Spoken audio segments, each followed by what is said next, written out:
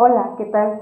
Bienvenidos sean a esta videocápsula de la asignatura Teoría de la Docencia, en la cual estaremos revisando el contenido de la unidad número 1.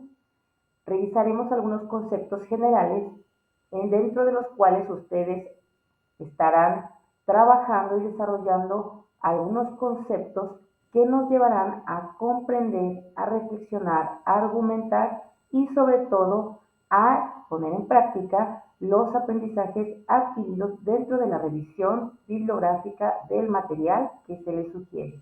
Comenzamos.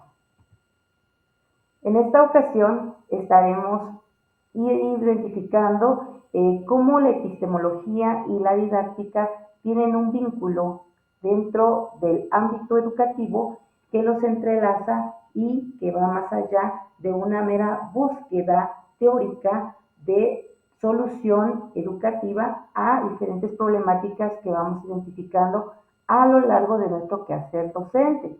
Es decir, conforme nosotros tenemos experiencia dentro del área educativa, sea en el nivel básico, medio superior, nosotros tenemos elementos que pueden favorecer a la argumentación de algunos problemas detectados, pero esta asignatura nos lleva más allá con el fin de identificar cuáles son las posibles propuestas y soluciones que van a erradicar dichos problemas o por lo menos van a disminuirlos. Muy bien, dentro de la epistemología estaremos revisando qué efecto tiene todo aquel objeto de aprendizaje en el sujeto de aprendizaje. El objeto de aprendizaje son los contenidos de aprendizaje que vienen dentro del plan y programa de estudio o bien que son diseñados por el docente y que tienen que ver con el contexto o realidad del alumno o de los grupos. Y el sujeto cognoscente, pues en este caso sería el alumno. ¿Cómo nosotros podemos establecer como docentes actividades, acciones, herramientas que favorezcan los aprendizajes y que sean realmente valiosos, significativos y útiles al estudiante para el desarrollo en su práctica cotidiana? Estaremos revisando también la teoría de la enseñanza, la ciencia de la didáctica y las principales teorías de la enseñanza. Dentro del objetivo de la asignatura, se pretende que al terminar el curso el estudiante pueda definir e identificar, reconocer y aplicar las diferentes corrientes pedagógicas, aquellas que son más representativas en el campo de la enseñanza, y será capaz de diseñar proyectos pedagógicos que orienten a la acción educativa con una actitud positiva de apropiación de contenidos y de herramientas y elementos que favorezcan el aprendizaje. Muy bien. Entonces, comenzamos definiendo qué es una teoría educativa.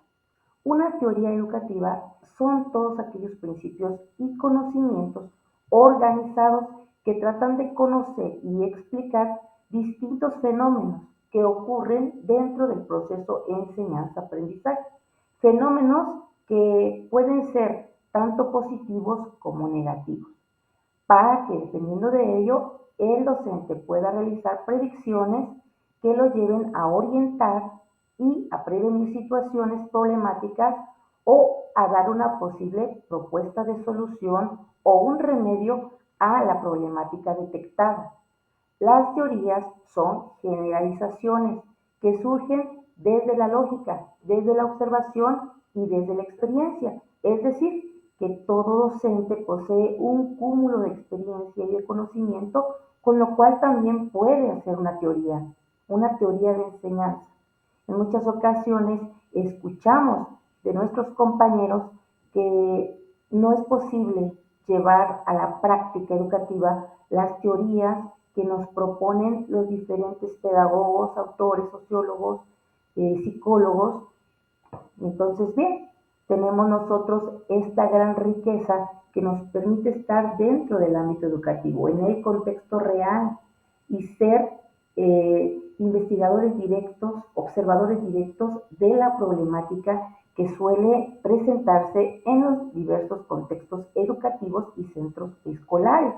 De ahí la importancia que también nosotros tengamos este orden respecto a reconocer qué tan importante es que el docente incursione dentro de lo que es la investigación educativa, puesto que es el inmediatamente y directo observador de todo lo que se desarrolla dentro del escenario educativo. Muy bien, las principales teorías de aprendizaje son aquellas que hemos escuchado desde nuestros estudios universitarios, de maestría posiblemente, o de licenciatura, o quizás, dependiendo del área en el cual nos hayamos desarrollado, quizás en el área universitaria, independientemente de nuestro perfil, pero específicamente en lo que es el área de pedagogía. Y tiene que ver con las teorías constructivistas, cognoscitivistas, socioculturales, humanistas y conductistas. También vamos a encontrar que hay algunas otras, como la teoría sociocrítica.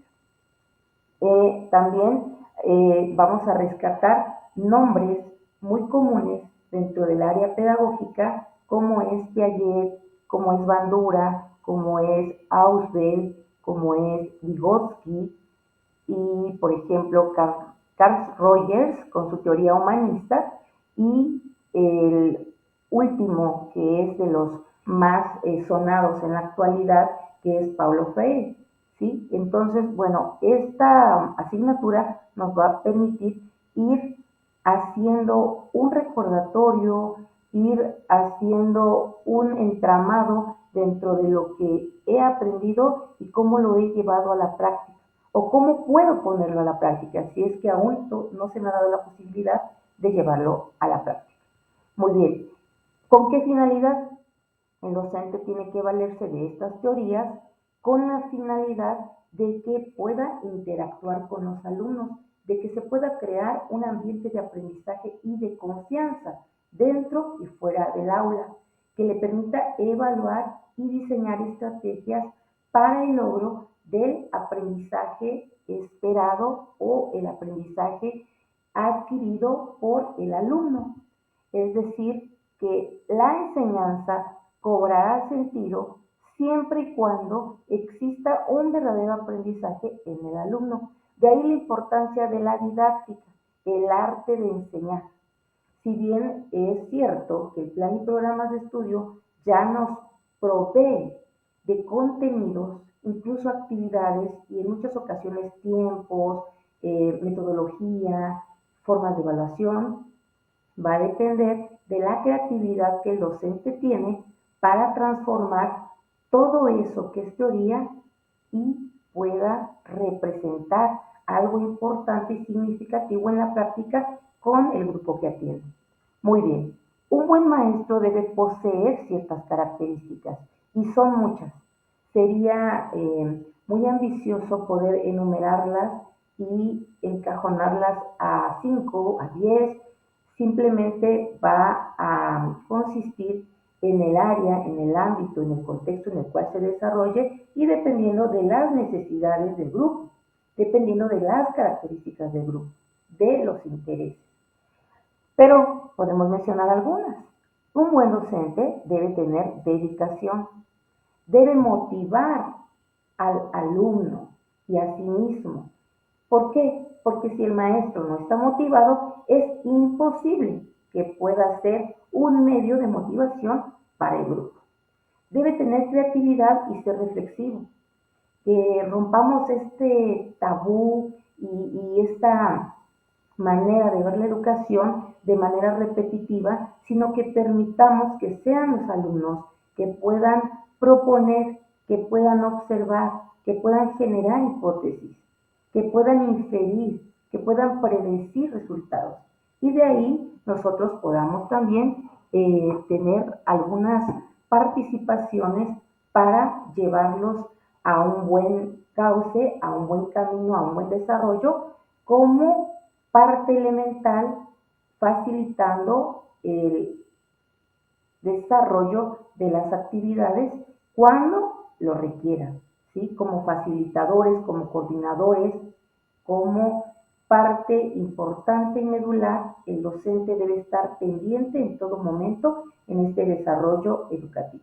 Y también debe ser agradable y algo importante que en muchas ocasiones se nos olvida, ser cariñosos sin caer en la sobreprotección, ser respetuosos, ser armoniosos para generar este ambiente de calidez dentro del aula.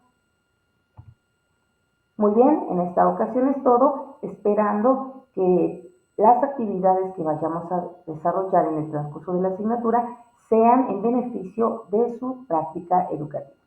Un placer, espero verlos en la siguiente. Hasta pronto.